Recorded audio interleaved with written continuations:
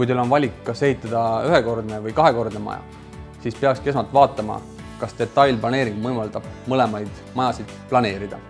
Ühekordse maja puhul tuuakse tihtipeale argumendina välja see, et tema kasutusmugavus on väga hea. Kui kogu elutegevus toimub ühes tasapinnas, siis see on oluliselt mugavam. Ei pea kasutama treppi teisele korrusele liikumiseks. Tihtipeale on just vanemad inimesed need, kes eelistavad ühekordset maja.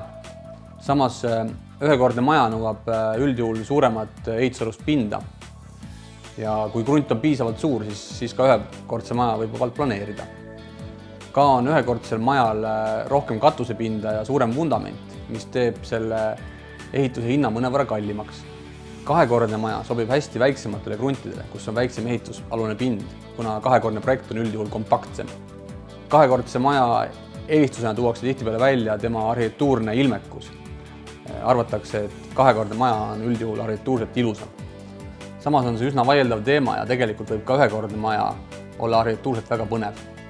Kahekordse maja plussina võib veel välja tuua selle, et tema vundament on väiksem ja ka katusepind on vähem, mis teeb kahekordse maja ruutmeetri hinna mõnevõrra soodsamaks. Valiku tegemisel ühe või kahekordse maja kasuks on väga palju erinevaid argumente ja kuivõrd kogu see planeerimine on niivõrd individuaalne protsess, siis on raske öelda, kas parem on ühekordne või kahekordne maja. Tegelikult võib just teie vajadustele sobida nii üks kui teine variant.